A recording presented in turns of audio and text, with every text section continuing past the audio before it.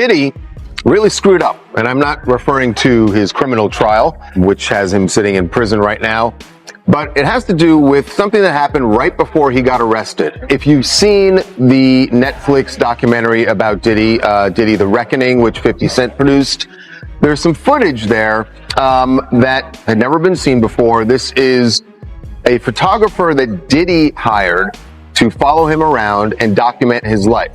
That footage ended up going to 50 Cent. And maybe that's what Snoop went through. I don't know. But let the people know, because it was too early back then. You know, Pac just had died.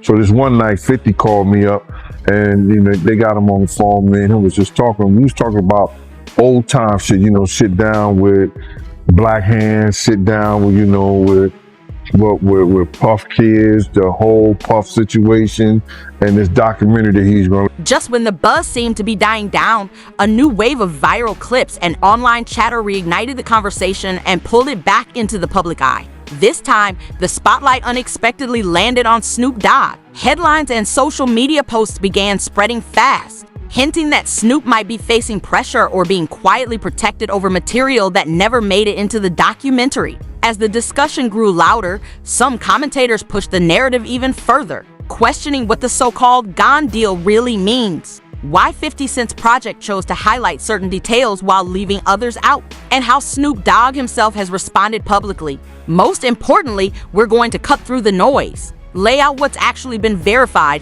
and clearly separate confirmed facts from online speculation. Audio from Suge Knight. It's from his podcast with Dave Mays, and he's speaking on, Tupac and Snoop being cool, and how, after Tupac got killed, Snoop started hanging out with Diddy. And, he also speaks on how, Snoop, he did the Steve Harvey show with Diddy after Tupac got killed. Check this out. Okay. Let's download right now. Then you look at the scenario how everybody used Pac to make their stuff famous or make their project better. You got people who use their songs for Pac and tell them how much they love Pac, but they do songs for Puffy. You got Steve Harvey, old big ass, this motherfucker telling, well, Pac going to everybody else. He brings Snoop and Puffy on there and say, these are dudes who's running this in the East Coast, West Coast. What's up, Snoop? What's up, huh? Hey, whoa. Wait a minute, fellas here. Hold on. I know all about this East Coast, West Coast rivalry thing here, but we in Chicago now. This rivalry stuff, we gotta stop it, man. We stop that, we stop a lot of this violence. Yo, Steve, check this, man. All that East Coast, West Coast stuff is a bunch of media hype. It's been my dog from day one, you know what I'm saying? It's all good between me and him. That's my people. Real, that's what we came in for. We came in and light it up. We never used to end. Now, Pac, if you love Pac so much, how you with the motherfucker that everybody say got something to do with the first get down, it happened to Pac in New York. Then the second one. What you think about Suge comments? And I never asked you this before, but did you have an issue with Snoop hanging out with Diddy after Tupac got killed? I always felt that was wrong. I'm gonna just keep it real. I'm talking about from that, like now, okay, you know what I mean? I'm 46, Snoop probably early 50s. If he figured out now, he might go by the opinion like, okay, Puffy had nothing to do with Pac. We grown now. If he want to be his friend, no problem. But back then, that was just awkward. You know what I mean? And the reason why it was awkward to me that I never even like it because you knew how Pac felt about this individual. You know what I mean? Even if you don't agree with him, you probably could have said, you know what, I probably ain't gonna come out, publicly with this because until things clear up. So I really know I could be certain that, they didn't have nothing to do with Pac. But it's like, it was no, okay, it is what it is. So that I never really respected that back then. So you had an issue with it. You didn't like it. Never really liked it. It just was a strange look because you was Pac boy. You know what I mean? Puffy, it's clear they had some issues with Pac. And Pac died and all of a sudden you chilling with Puffy. Back then it just, okay, now you can say what you want. You go all grandfathers, I guess. You know what I mean? That's different now. But back then I think it was weird, it was tasteless. You know what I mean? It didn't seem like you really had that much love for Pac. You could have just, you know what I mean? Unless he pressured them or like questioned Puffy, like, yo, what's up with this? What's up with that? then you can say, you know what I mean, no problem. Snoop Dogg's name has never appeared in any official court documents. He wasn't included in formal filings, nor was he mentioned at any point in the federal case that ultimately led to Diddy's conviction. Despite that, online conversations quickly began drawing his name into the narrative. This shift didn't come from legal evidence, it grew out of history. Snoop has been a central figure in hip-hop for decades, crossing paths with Diddy and countless other power players during some of the genre's most turbulent eras. After the documentary dropped, Gene Deal, a former security associate linked to Diddy, started appearing frequently in interviews and reaction videos. He suggested that certain details didn't make it into the final cut and hinted that some individuals may have been uncomfortable with what was left out. Those comments alone were enough to ignite widespread speculation. Commentary channels ran with the theory, claiming key footage was deliberately withheld because Snoop is a major, highly visible figure with deep connections on both coasts of the industry. As a result, attention naturally shifted in his direction. Old clips began resurfacing, along with past interview segments from Suge Knight, further intensifying the online buzz and keeping the rumors alive. Somebody mentioned that they seen a video with me and the dude Prodigy, or one of the dudes from ID, as if I was with. They don't know the backdrop of that. I went to his hotel room ready to fight. Like, bro, I'll fight everybody in that room one-on-one.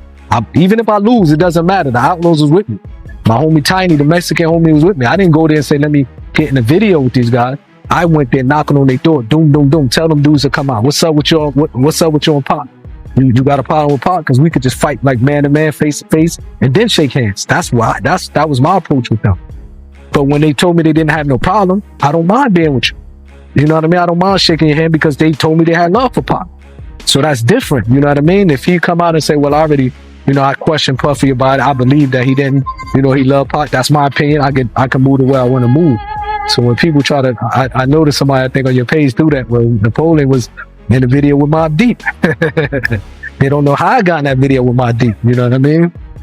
I pulled up on him and but I'm the type of person, I never been a bully type of person. You know what I mean? If I talk to a person like a man and they tell me face to face, look, I got love for Pac, I'm comfortable to know if I can look in their eyes, if I believe what they said, I have the right to say, okay, no problem, I believe you. You know what I mean?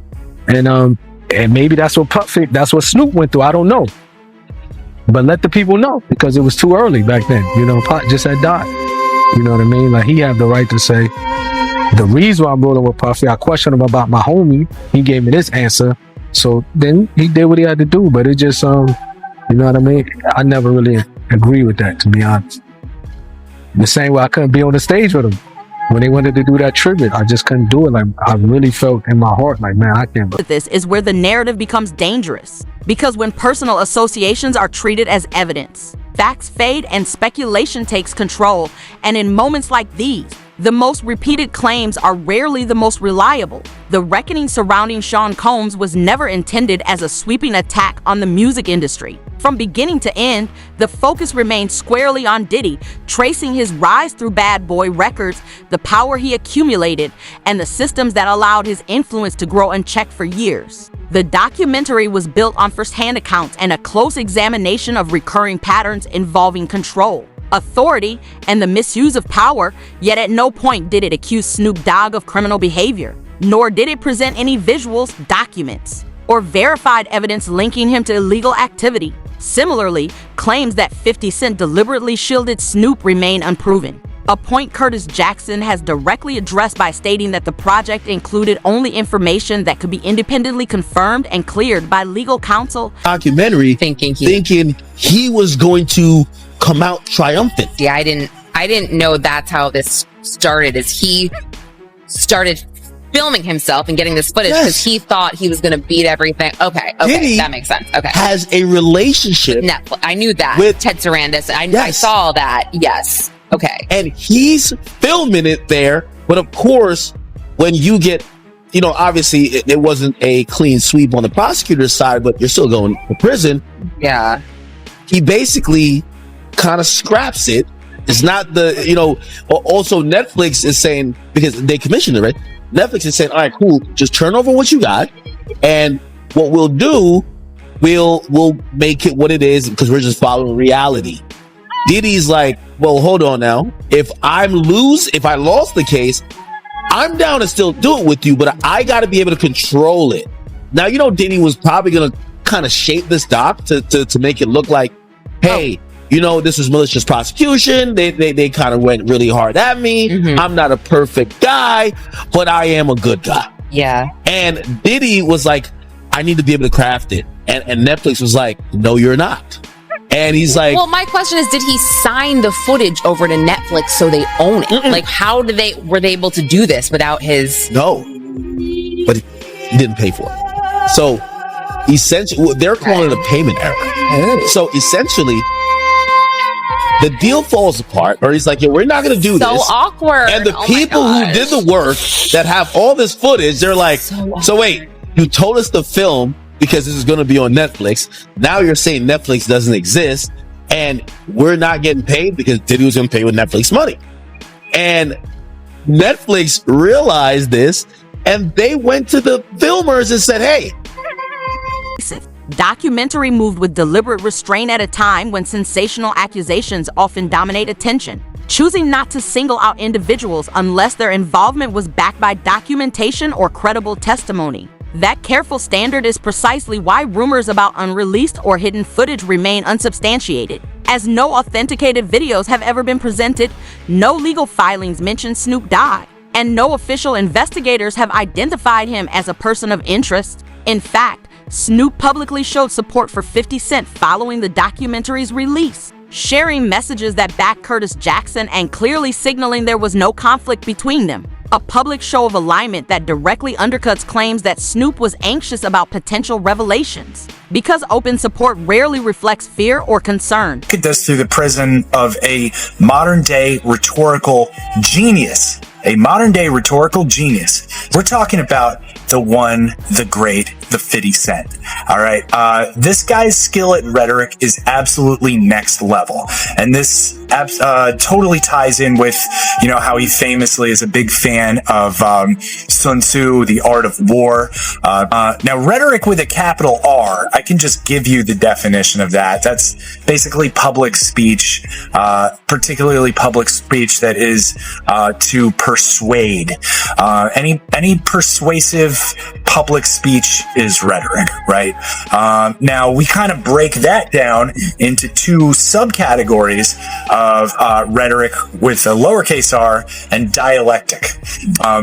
Rhetoric is essentially everything else, and really what moves the needle with like 97% of people and 100% of groups, okay, is in fact rhetoric with the lowercase r. So again, stuff like this, 50 Cent is an absolute master of.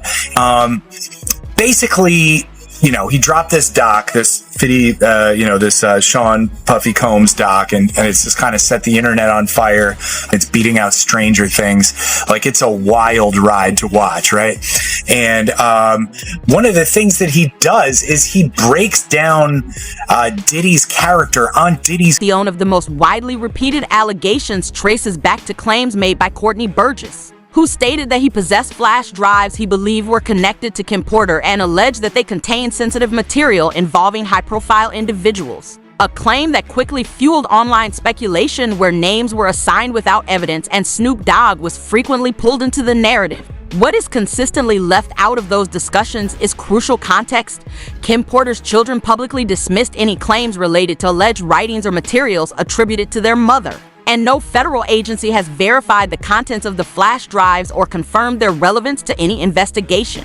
In legal proceedings, the mere appearance of someone in unverified material does not establish wrongdoing, and to date, no authenticated record identifies Snoop Dogg, nor has any confirmed media been released. This is how misinformation forms. An assertion becomes a rumor, the rumor turns into a headline, and the headline hardens into assumed truth. Possessing unverified material is not proof of criminal conduct.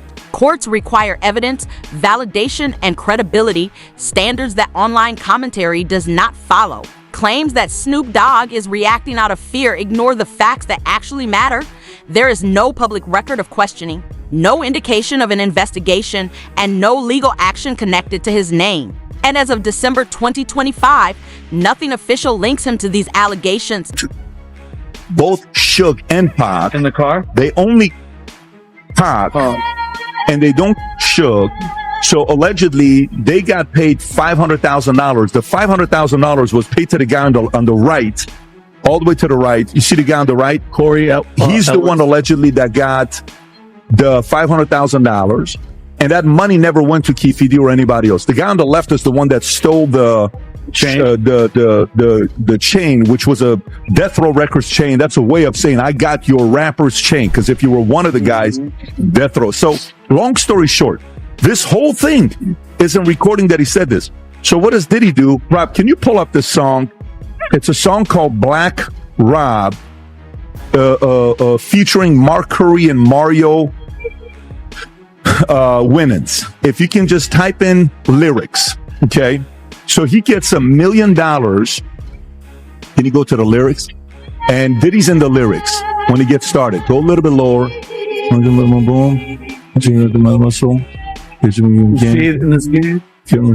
you type in the word in there, Rob? Nice guy. Type Control F, nice guy. Okay, right there. Look at it's 1999. No more Mr. Nice Guy. Been nice too long. I'm just gonna start making y'all blank disappear. Man, first I'm gonna take your records off the radio. Then I'm gonna erase your social security number. Take your birth certificate out flies. I'm gonna do your whole effing family. Ain't nothing but mercy. And then, by the way, in the lyrics, he says, I'll drop $1 million on your head to erase you. Can you type in, I'll drop $1 million, just put Control F. Just go to Google and type this out. I'll drop $1 million on your head. I'll drop $1 million on your head, and just put Diddy next to it. Right there. See, it says Black Rob. What song came up? Phrase. I'll drop $1 million on your head. Erase you and your whole family, biatch. Wow. He's saying it in the song on what he did to get rid of Tupac. Suge Knight has repeatedly leveled accusations against Snoop Dogg over the years, portraying him as disloyal and attempting to connect him to serious claims surrounding Tupac Shakur's death. Allegations that tend to resurface whenever the music industry comes under renewed scrutiny. These statements are not new, and they have never been backed by verified evidence. They are typically made while Knight is incarcerated and often emerge through attention-grabbing interviews whose impact relies more on shock value than substantiation. Snoop Dogg has consistently and firmly denied these claims, characterizing them as false narratives rooted in long-standing rivalry and personal resentment. Most importantly, official investigations into Tupac Shakur's killing have never produced charges, findings, or legal action implicating Snoop Dogg in any way. Being out there and allowing Misa to come out there to make money, however she was doing it, to feed her family. He vowed down that it's like, yo, I ain't never with her again, and I ain't never with him again. Puff and Suge had a conversation behind the House of Blues about was we all right, and Tupac was alive. Tupac wasn't dead. So if it was a war, Suge ain't having no conversation with Puff about we good. I know he could be doing the Hoboken hustle, trying to fool him, brother. But had he killed my man or something like that, I wouldn't have no conversation with Puff. I'd been like, yo, you know what y'all niggas done? You know what happened? And it wasn't no conversation like that, brother. It wasn't no conversation whereas that, Suge made Puff feel like I'm gonna get you a payback for what happened to Jake. This was more so that Puff, for whatever reason, Suge, for whatever reason, he was mad at Puff. And Puff, for whatever reason he was mad at Suge, it was between them two. It wasn't no whole East Coast wanted the West Coast dead. and the West Coast one and East Coast do that, because they still was going out, still chilling, still at places with each other. It was Bad Boy and it was Death Row. It was no East Coast and no West Coast. West Coast dudes were still coming out on the East Coast getting love. East Coast niggas was still going out on the West Coast getting love. It was Bad Boy versus Death Row. And that's what it was, bro. And it was because of the two CEO. But she'll try to straighten it out. I gotta get at the Suge. The Death Row East Coast, the Death Row East was going to bring in Eric B. It was going to bring in Big D. And those brothers was from the East Coast. So now they was looking for a representative to come to the meeting from Bad Boy so they could straighten out the between Pac and Big and Death Row and Bad Boy. And Puff is the one who refused. Puff is the one to refuse to send a representative or either come himself. And got mad at Zip and them because they were in the Mirage on 57th Street partying with Suge Knight. Got mad at them. And Zip hung up the phone on behind it. When an allegation is repeated often enough, it can start to feel true even in the absence of real evidence. A psychological shortcut that many online commentators depend on. And in the process, vital context is usually lost. The breakdown of Suge Knight and Snoop Dogg's relationship happened decades ago and stemmed from business conflicts, personal disputes, and highly public feuds that are well documented, which means statements made within that history should be weighed with caution rather than accepted at face value. Recycling the same accusations today does not strengthen their credibility. It only increases the volume of speculation surrounding them. I don't know where you get all the extras from, but they had a conversation at the hospital and all that. That's absolutely not true. Say less, if you know what I mean. But instead of just saying less, since I've been in here, Snoop and other people been having people trying to bail the guy out, Keefy D, because he talking too much. Raising them trying to do stuff for Puffy because they say he talking too much. They even had somebody talk to me and say, hey, you can help him get free. I said, look, I don't have nothing to do with none of that, and I'm not leaving prison to go to nobody county jail. To the point they were saying, well, you can't leave and sacrifice a little bit in the county jail to stop that black man from getting life. Hell no. I ain't wishing bad on him at all, because I don't want to see nobody go to prison. And like I told you last time, since I find out more details about certain things, I probably would go to the Vegas County Jail if me and Keefy D with Sellies.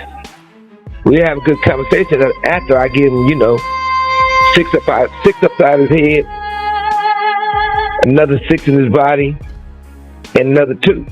But yeah, that's different. It didn't happen with Snoop didn't go to the hospital.